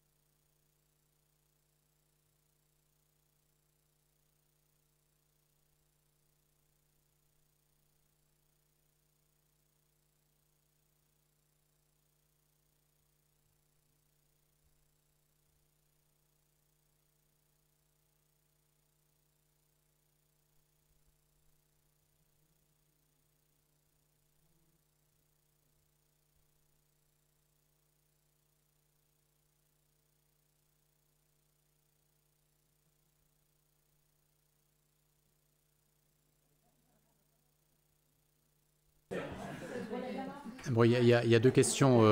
Je reprends la première. C'est comment l'INIR prend soin de nous. Alors, c'est une très bonne question. Je l'ai un petit peu effleuré là tout à l'heure. On prend soin de nous à travers plusieurs dispositifs qui sont propres à l'instance. On a des supervisions régulières. Donc, il y a quelqu'un qui est extérieur à l'INIR qui vient prendre le pouls sur lesquels on peut s'appuyer, sur lesquels on vient exposer des situations. Donc, on arrive entre nous, sous la supervision, à résoudre un certain nombre de situations qui nous sont propres, qui sont difficiles. On a une forme collective. C'est possible individuel, oui. Si besoin. C'est assez régulier, hein, c'est tous les mois pour être précis. Donc ça, c'est très encadrant, c'est très soutenant pour nous. On a une formation, alors je ne sais pas comment la qualifier, à la fatigue de compassion. On vient nous former à ça, c'est-à-dire déceler les petits signes qui pourraient, chez nous, être signes d'une défaillance, d'un moindre ajustement ou je ne sais quoi. Voilà, des sautes d'humeur, par exemple, qui peuvent être chez nous. On fait du sport entre nous, par exemple. On a des choses, des animations, voilà, qui sont propres à l'INIR, qui sont là aussi très soutenantes.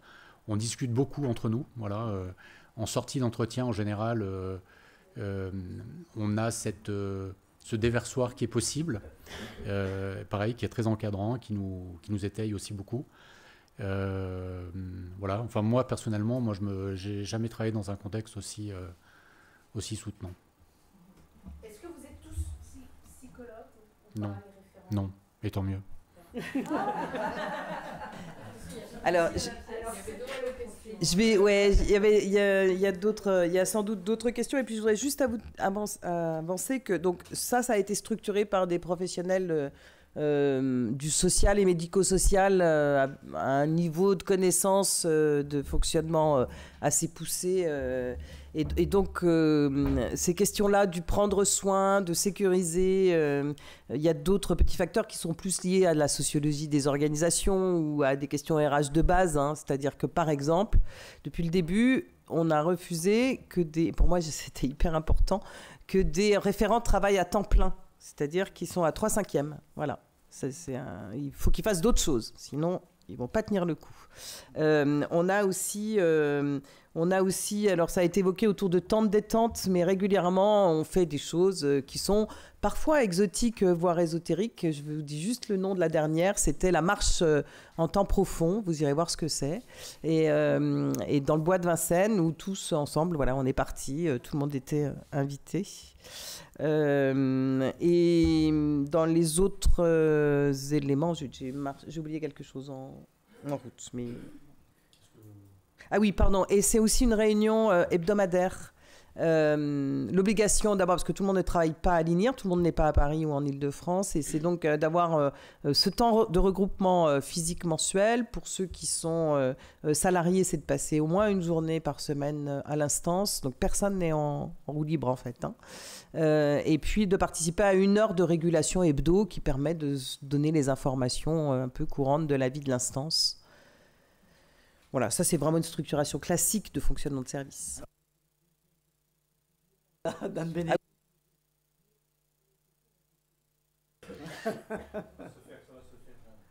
Alors, c'est la question des adultes. Oui, alors la question des adultes, elle est pas simple. Hein. Je crois que, enfin, je sais, pour y avoir été associé, que nous, on a vraiment été sollicités pour les enfants, et donc on a vraiment structuré, enfin pour les personnes victimes quand elles étaient enfants, et on a vraiment structuré la réponse sur ce modèle. Donc, on a travaillé avec le groupe qui devait faire une proposition, Corinne Boilet, de manière très précise, sincère, pro de part et d'autre, pour arriver à la conclusion que notre modèle n'était pas le bon pour les personnes adultes. Voilà. Ce sera un peu long à expliquer tous les arguments, mais vraiment, pour moi, j'y vois très clair. En revanche, donc, il y a plusieurs modèles qui se proposent, et la question, c'est aussi, ce dont on n'a pas parlé là, ça aurait pu être un petit mot de conclusion, mais c'est le fait que qu'est-ce qui va se passer après l'INIR ? Et on en est... Oui, mais évidemment, il faut que quelque chose continue après l'INIR. Hein.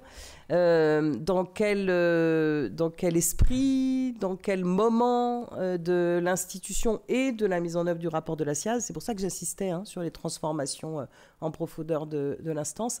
Et ça, c'est un travail qui appartient aux évêques et à la conférence des évêques. Et c'est à mettre en lien avec cette question des adultes, parce que je pense que des personnes victimes adultes, parce que il faut la penser dans cette perspective-là. Voilà. Et que moi, mon analyse à moi, pour avoir échangé avec différentes personnes décideuses, le président de la conférence, le secrétaire général, c'est qu'en fait, les éléments de réponse et de construction d'une réponse n'étaient pas assez mûrs pour pouvoir décider à ce moment-là. Et j'ai une certaine liberté de parole. Ne répétez pas ce que je vais dire, mais moi, je crois que c'est une bonne chose de ne pas s'être précipité, parce que ça évitait d'être dans un petit peu ce qu'on a vécu avec l'INIR, où il fallait faire une réponse rapide, tout le monde attendait, et moyennant quoi...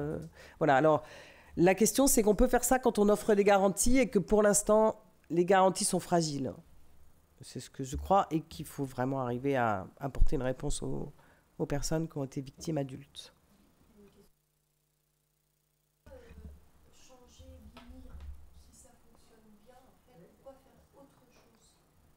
Pourquoi arrêter ? Pourquoi changer l'INIR ? Voilà la question. Oui, alors c'est transformé, plus exactement. C'est-à-dire que l'INIR est né, on est passé peut-être un peu vite sur l'histoire de sa création, la dynamique de justice transitionnelle, mais l'INIR, c'est une réponse de crise à une situation de crise qui est révélée par la SIAZ, par le rapport de la SIAZ.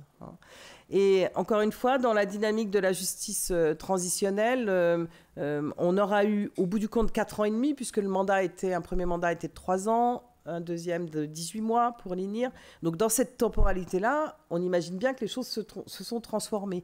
Et donc au fond, ce qu'il faut apporter comme réponse, d'abord parce qu'on a une meilleure idée de la réalité des violences sexuelles, plus on avance et plus on a une meilleure idée. Hein.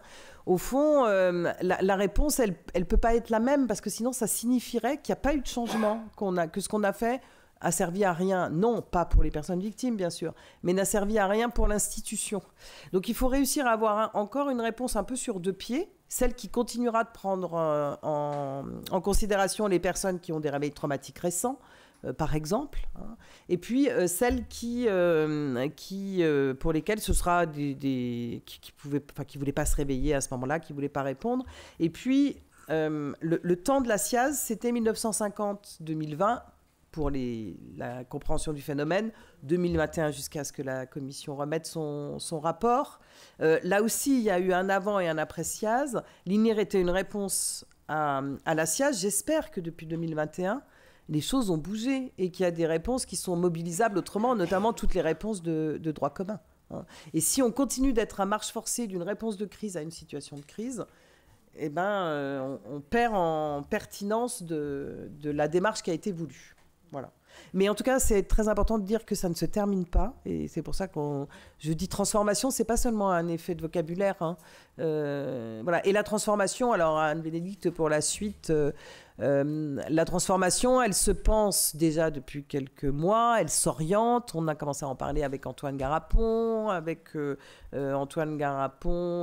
et moi, auquel on ajoute le président de la Conférence des évêques, la présidente de la COREF. Donc, c'est évidemment des choses qui doivent se construire avec une petite réserve qui est le fait que la CRR va sans doute arriver en bout de première étape avant la l'INIR. Voilà. Qu'est-ce que j'ai dit ? La CRR, pardon, oui. Avant l'INIR. Donc, il y aura peut-être un petit décalage, mais ça n'empêche de réfléchir ensemble et de construire une démarche qui a du sens. En tout cas, ce qu'il y a de sûr aussi, on est un peu intarissable hein, sur ces sujets-là, mais il ne faut pas que ça s'arrête parce que ce qui s'est passé en Belgique, par exemple, et dans d'autres pays, mais c'est très criant en Belgique, c'est que comme ça s'est arrêté, eh bien, la colère est remontée à la surface pour un certain nombre de personnes. Il y a une forme d'accompagnement de services après-vente qui doit être pensée, et notamment, encore une fois, le niveau national, comme d'une instance indépendante ou de la CEF, n'est pas le meilleur niveau. Donc ça veut dire qu'il faut réfléchir à des modalités de soutien en proximité un peu durablement, et notamment sur faire communauté, le lien, se retrouver. Moi, je viens de passer 2 moments avec des collectifs, dimanche dernier et puis vendredi, là, à Tours. Hein, et je mesure les fruits de l'apport du collectif, du fait qu'ils se retrouvent, qu'ils ont un objet commun, qu'ils sont dans des constructions positives, d'actions de prévention, alors qu'ils passent par organiser une soirée pour voir un film, mais dans un cinéma d'arrêt d'essai grand public ouvert à tous, et d'engager une conversation. C'est aussi de faire des bornes dans une église, c'était les démarches restauratives, ça, de faire des bornes de renseignement dans la cathédrale avec un QR code qui permettent d'accéder à des ressources pour lutter contre les violences sexuelles. Enfin bon, il y a plein de choses. Il y a une recherche, une recherche pour mieux comprendre en Vendée ce qui s'est passé. Enfin, des actions qui sont très concrètes et très mobilisatrices pour les personnes. Le profil des référents. Il n'y a pas que des psychologues. Globalement, on a 3 catégories. Hein. Les professionnels du soin au sens large, psychologues, on peut dire infirmière, conseillère en économie sociale et familiale, conseillère conjugale. Enfin, il y a plein de profils. En fait, le prérequis, c'est que tout le monde ait été formé à l'écoute et ait une expérience d'accompagnement. Voilà. Après, on a des degrés. Alors, la première catégorie, voilà, c'est autour du soin. La deuxième, c'est les juristes, avec beaucoup de médiateurs, de personnes formées à la médiation.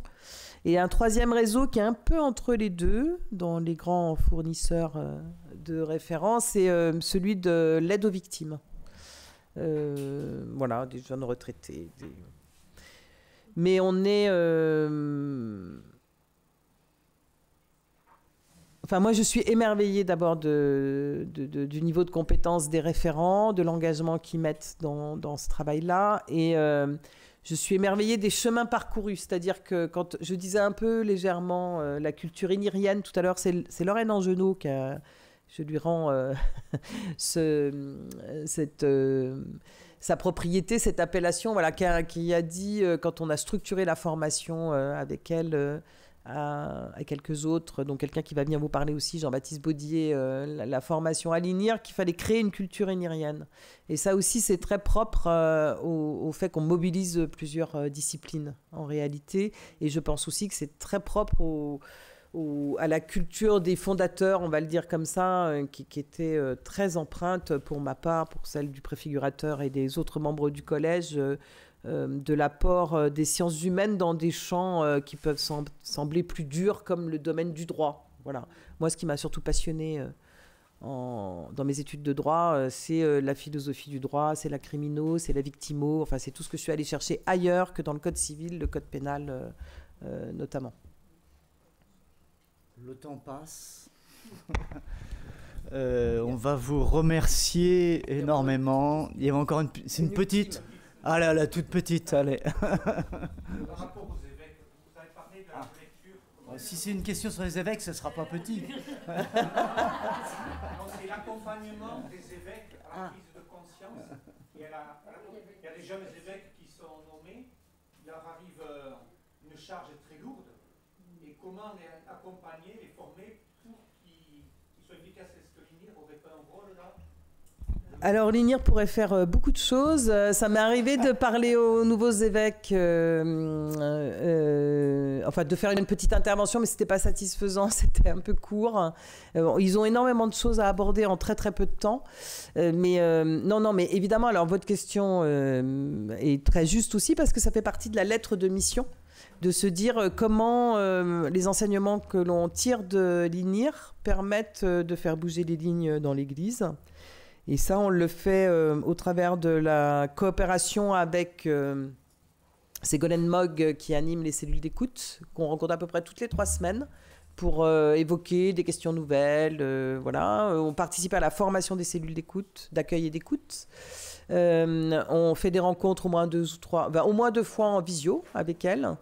Et puis, moi, je parle avec le secrétaire général de la Conférence des évêques de France très régulièrement, aux évêques une fois par an. Le rapport annuel, alors, il est en ligne, hein, mais j'en ai quand même apporté quelques-uns. Les chiffres sont anciens, mais dedans, il y a clairement des enseignements sur notamment ce que l'on apprend des personnes victimes et qui peuvent être utiles. Moi, le meilleur conseil que je puisse donner aux évêques et que je donne à toutes les personnes qui s'intéressent à ces questions, que j'ai appris professionnellement quand j'ai commencé à travailler il y a une 30aine d'années, c'est de dire face à des questions comme ça, on ne peut pas les comprendre seul et on ne peut pas décider seul. Donc ça veut dire qu'il faut s'entourer et réfléchir à plusieurs avec ces grilles de lecture complémentaires et pluridisciplinaires. Voilà, ça c'est un principe pour moi qui est intangible et à l'INIR aussi, on le vit de cette manière-là. Merci 1000 fois, je crois qu'on peut vous applaudir pour la grande clarté de ce que vous nous avez exposé, l'expérience partagée, qu'on sent profonde et passionnée. Voilà. Et, pardon ? Oui, je pense. Alors, le PowerPoint, vous avez vu le lien vers les rapports annuels, voilà. l'article, je l'enverrai en D'accord, format oui, matérialisé d'accord. aussi. Parfait. Le principe, c'est vraiment... Il y en a quelques-uns, mais il n'y en a vraiment pas beaucoup. Merci, au revoir à Fribourg.